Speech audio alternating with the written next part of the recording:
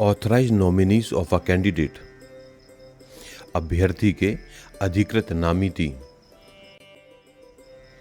Disclaimer, यह training material केवल election officials की ट्रेनिंग के लिए है। इसे भारत निर्वाचन आयोग की गाइडलाइन के रूप में मान्य न किया जावे।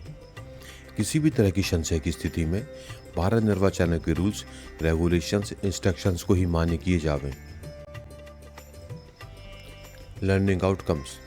इस एजुकेशनल वीडियो को पढ़ने के बाद पार्टिसिपेंट्स यह समझ सकेंगे कि कैंडिडेट द्वारा ऑथराइज नॉमिनीज का अपॉइंटमेंट क्यों किया जाता है, ऑथराइज नॉमिनीज का अपॉइंटमेंट की प्रोसीजर क्या है, ऑथराइज नॉमिनीज के कौन कौन से नॉन स्टैट्यूटरी फंक्शंस हैं, क्या उनको व्हीकल मिल सकता है, और इसके अलावा पार्टिसिपेंट्स यह भी जान सकेंगे कि ऑथराइज नॉमिनीज को अपॉइंट करने का फॉर्मेट क्या है। Authorise nominees of a candidate. संपूर्ण राज्य या एक से अधिक जिलों में फैले बड़े संसदीय क्षेत्रों के अभ्यर्थियों को केवल एक निर्वाचन अभिकर्ता के साथ पूरे संसदीय क्षेत्रों में निर्वाचन प्रक्रिया की निगरानी करना मुश्किल होता है। अभ्यर्थियों की मांग पर आयोग ने निर्वाचन अभिकर्ता के अलावा अधिकृत नामिती की नियुक्ति की अनुमति दी है।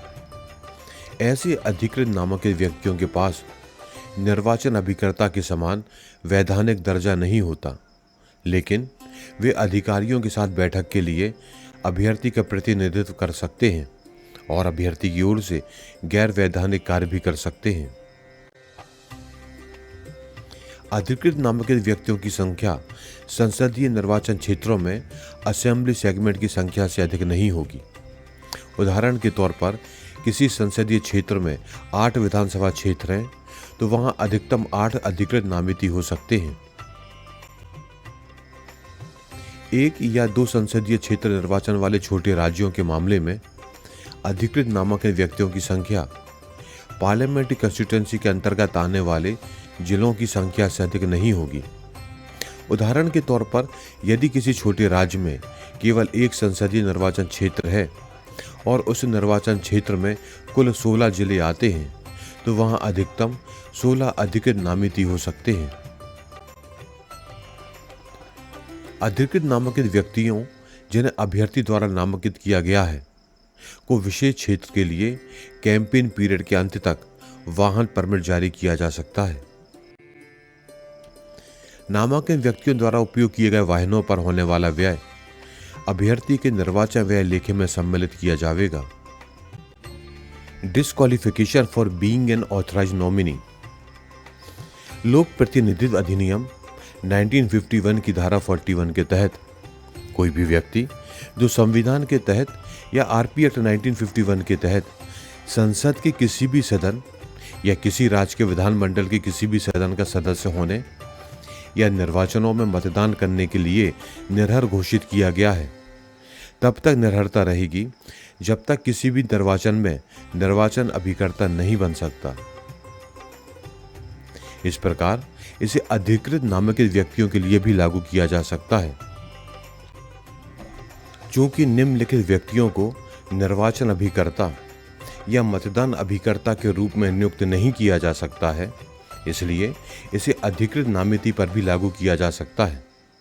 केंद्रीय या राज्य सरकार के वर्तमान मंत्री, वर्तमान सांसद, विधायक या एमएलसी, नगरपालिका, नगर परिषद, जिला परिषद, पंचायत संघ आदि के महापौर या अध्यक्ष, central public sector undertaking, state public sector undertaking, शासकीय निकायों निगम के अध्यक्ष या सदस्य, सरकार से मान्यता प्राप्त करने वाले व्यक्ति या किसी सरकार या सरकारी सहायता प्राप्त संस्थान में अंशकालिक पर नियुक्त कोई व्यक्ति,